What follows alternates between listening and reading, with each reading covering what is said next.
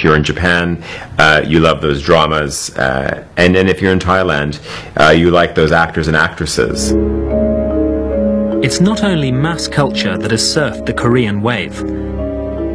Korean art has gone mainstream in capital cities across the globe. The renowned Saatchi Gallery will show only Korean art when the 2012 Olympics is in London. Historically, South Korea is more worldly because its people are part of the cultural exchange. I think if you look at the current creative boom that's coming out of South Korea, it's benefited from two things. One is the enormous Korean diaspora around the world, and that's Koreans in Australia, the US, Canada, the United Kingdom. I think the other side, though, is education, just the sheer number of Koreans who go abroad to study. And what that brings them is a number of things. It's just exposure to different markets. It delivers an understanding of how other people think, what makes other consumers tick. Per capita, there are more South Koreans studying in America than from any other country. In the 60s, during South Korea's political unrest, hundreds of thousands had emigrated to the US, but now many Korean Americans want to come back.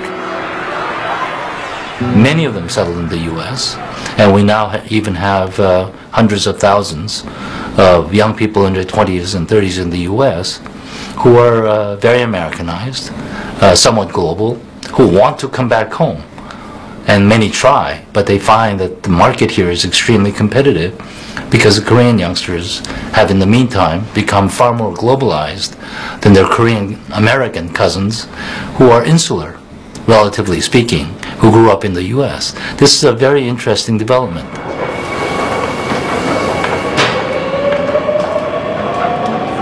Another reason South Korea is so globally in tune is that the country is a trailblazer for high-speed internet. 81% of the population are wired to broadband. Seoul calls itself the most wired city on Earth, and even in the subway there is connectivity.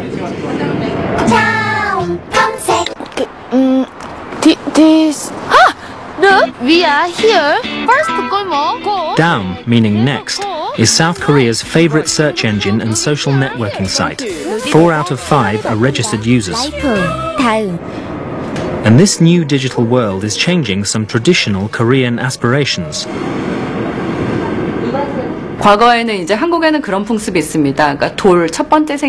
Traditionally, on a Korean baby's first birthday, it's encouraged to pick up something from the party table. They put out things like money. If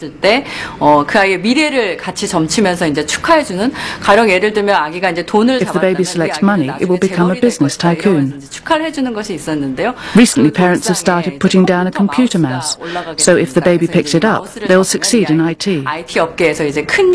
You see, the internet is so widely used that it's even changing our traditions.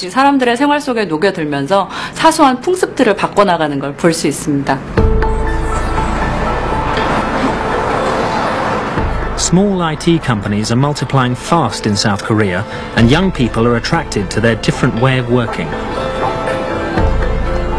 In the past, graduates from the top universities wanted to work for chaebols, but now they want to join IT companies, where they can work on their own initiative, unlike at the big companies. I think this kind of shift will slowly change the working cultures in Korea. It's not just how people work, it's changing who works. A high percentage of the industrial giants, the chaebol's workforce, is male, and an even higher percentage of men fill the top jobs. But in these new industries, things are changing. There are lots of women in senior positions in IT, and the ratio of men to women is 50-50. This is a very new working culture in IT, and many Koreans in high-level jobs find it odd. What's happening in IT reflects a change in South Korean society. Some of the old ways are being challenged by the young. And the chaebol system is more than 60 years old. The problem is the chaebol system is very strong. So if you get a dynamic little middle-order company, it will either get broken down by the chaebol in the sense that it's a supplier to the chaebol, so the chaebol will start to demand tough terms from it and it will feel pressured financially. On the other hand, if it's doing really well, a chaebol will just buy it.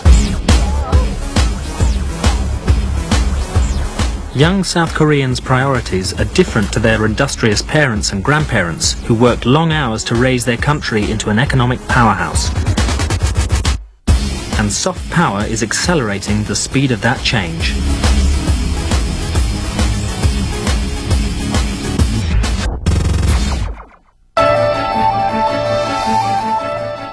I got it on tape! I got it! These lights were observed by thousands of people. This was definitely not an airplane. It was unlike anything I'd seen before or after. They were kind of hovering. This thing just floated across the sky.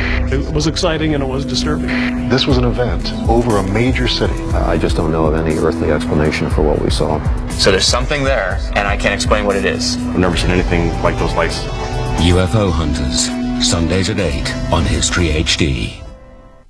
I'm John McAlmont, and ever since I can remember, I've sliced things open in search of the mysteries inside.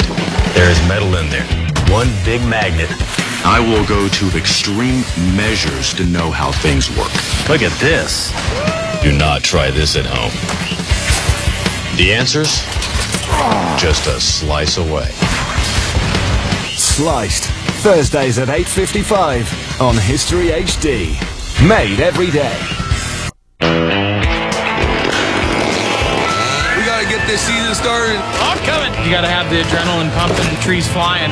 New locations. Oh yeah, this is how they do it in Alaska. New characters. You don't like it, Joe? Get out of here. I'm gonna tell him to shut his mouth. 8 crews compete. Move, move, move, move.